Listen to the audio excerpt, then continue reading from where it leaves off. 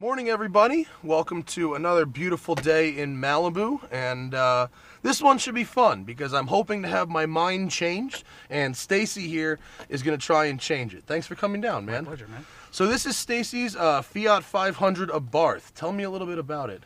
I picked it up in 2012, and it's basically the most fun car I've ever owned. And full chassis modifications, full suspension, full exhaust, upgraded turbo, intake, front mount intercooler. A lot of things. A lot. Is it everything? Is it the full? Is there anything else? What else could you do? There's a few things here and there, but for the most part, it's pretty much everything. But it's a street car. It's Daily a street driver? car, daily driver. Okay. Tuned. Let me adjust my seat a little here. So let's see what she's got. Oh, the clutch is very light. Oh,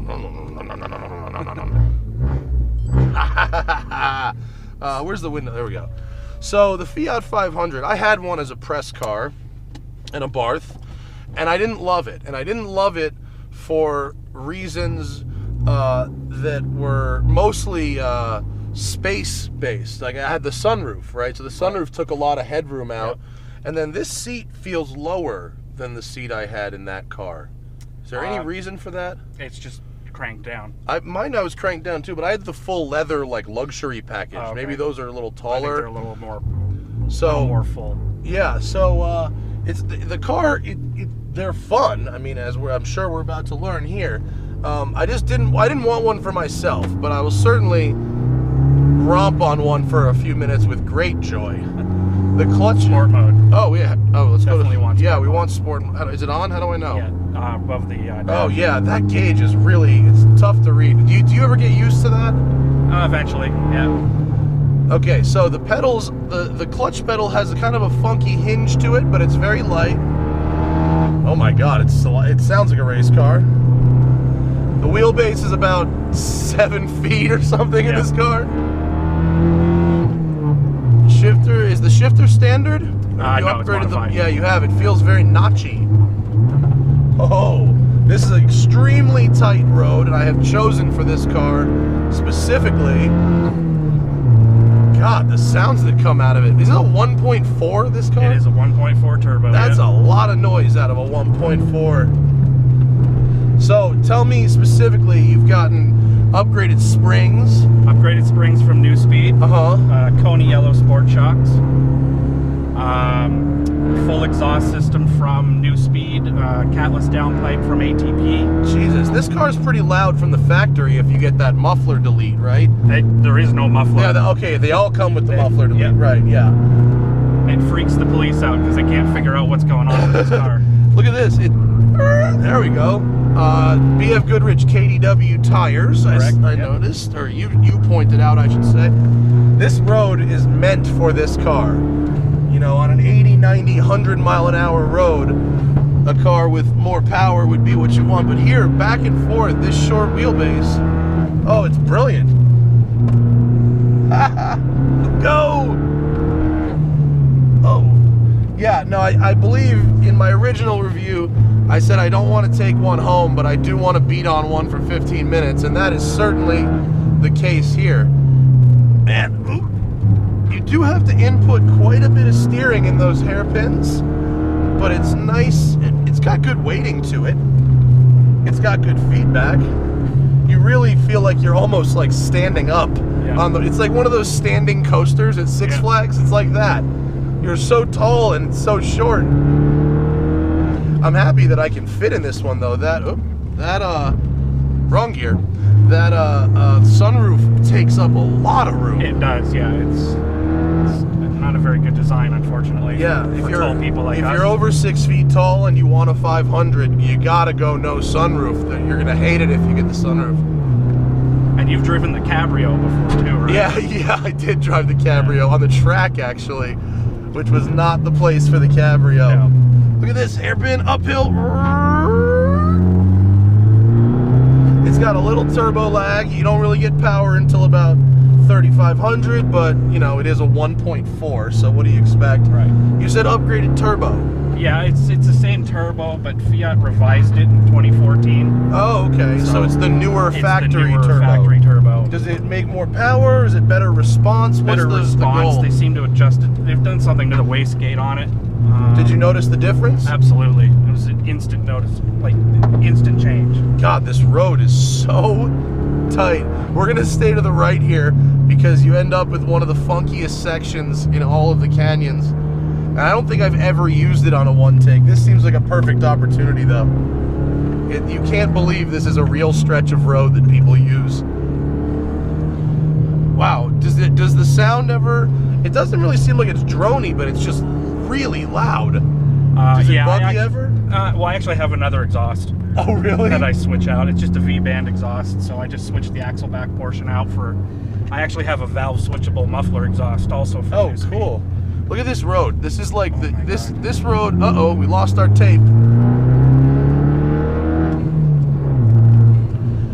I like this. There's a very slight blow-off noise. Did you say upgraded brakes as well? Yeah, they're StopTech brakes. I like StopTech's brakes. They make good brakes. And GMG put in some endless RF650 brake fluid. Yeah, that's good stuff. It hops a little bit when you really crank the wheel over, but you're loading it up though. Look how flat it stays. That's impressive. And you said GMG did some funky alignment work on this thing? They did. Unfortunately, you can't really align this car because there's nothing. Thank you, Fiat, for that, by the way.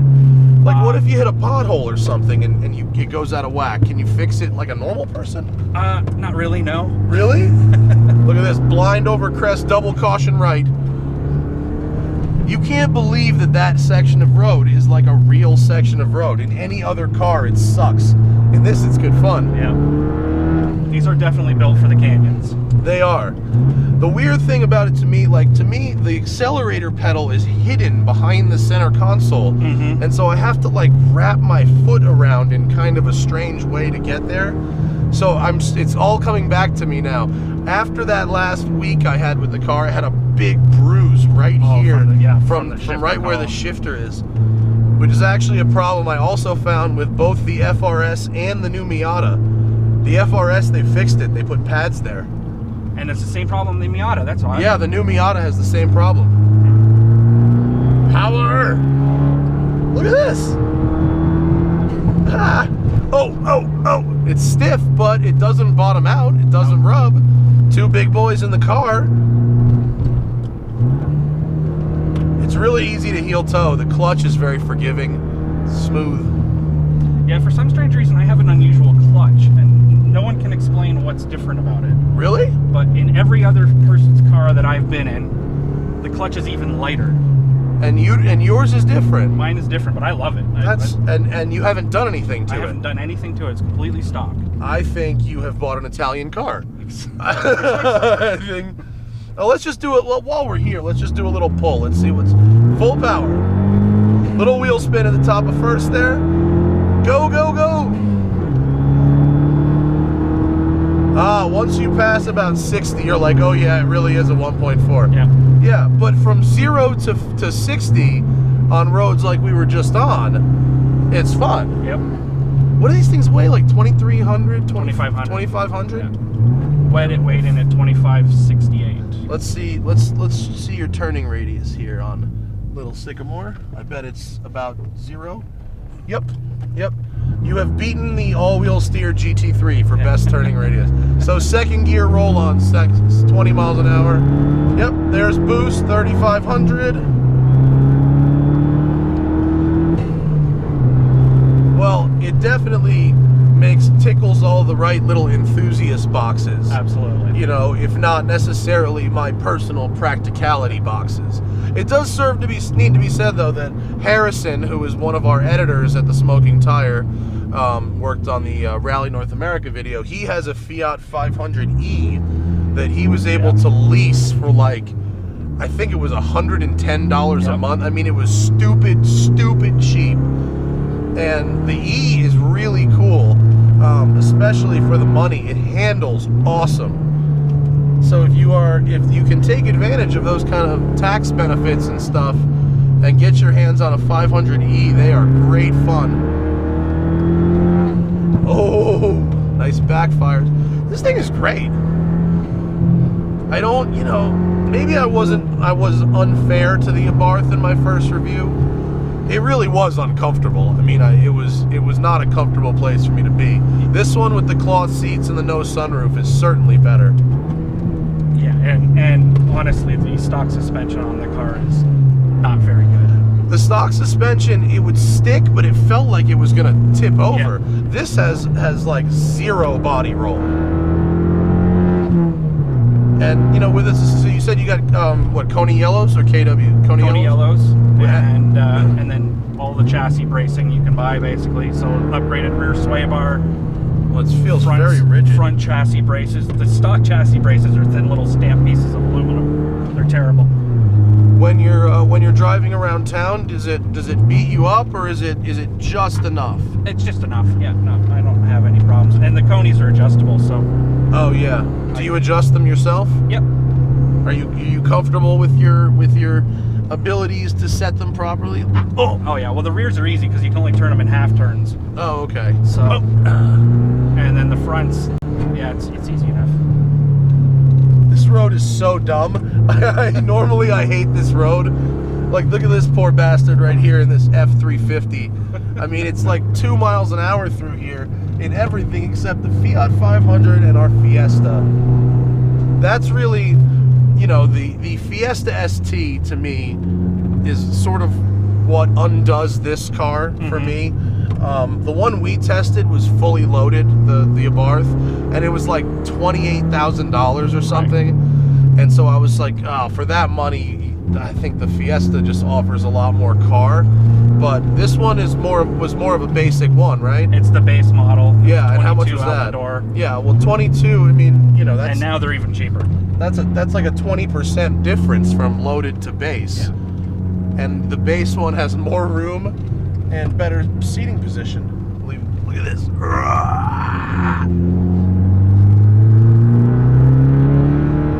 This thing is pretty fun, Stacey. I'm not gonna lie.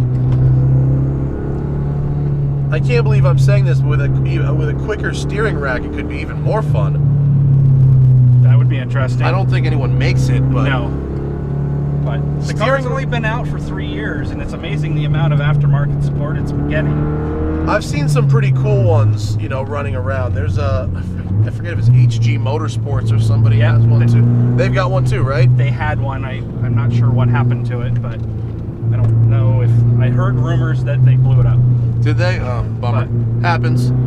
This road is like work though to drive this road. It's not a relaxed experience. It's very.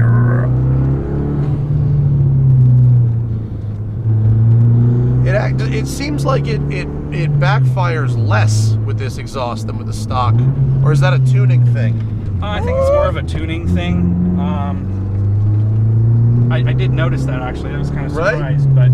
But when it does it, the noise it makes is pretty special. Yeah, it's cool, but I feel like it did it more in the stock one. It's got to be a tune thing more than an exhaust thing. Yeah. The stock one might just dump fuel in the headers when you press the clutch. Yeah. Uh-oh, we've caught a microbus. Actually, in all fairness, for a microbus, he's carrying totally decent speed through here. Check out the camber he's got in the back of that thing. He does have some camber. Excuse me. Do you? Oh, and you don't have the dumb. The one we had that tom-tom. No, I don't. Yo, that shit was like insulting to my intelligence. Yeah. Like. So for those of you who don't know, the 500 in any trim does not come with any type of in-dash GPS system. Their solution to that is to sell you a TomTom that has a dock, and it sits on the dash, and it's a TomTom. Like, it's just dumb. Horrible. It's horrible. And I have heard that they're actually illegal in California. Really? To block the view of the window like that. Oh, I'd love I've to heard get a couple ticket of for that. Have gotten tickets for that. That is retarded. I've never heard of that. Is this you? What? You add this fuel air gauge here? That's boost gauge. Oh, okay, right. It's an aftermarket boost gauge. Yeah, what was in there before? It had a boost gauge before, but But it was just a crappy boost it was gauge? a terrible boost gauge. Oh. Well, that looks like almost factory, especially because this has such a cheap-looking font in the main gauge. It matches. Exactly. It's got like the 1985 Casio alarm clock font, and it matches. And then you've got your just iPhone-based gauges here. Yeah, it's through dash command. How do you like that system? It works. It's a little slow, but it's helpful. We're gonna pause for a second because even though we're almost here, I don't want to follow a microbus. So we're just gonna pause, hold.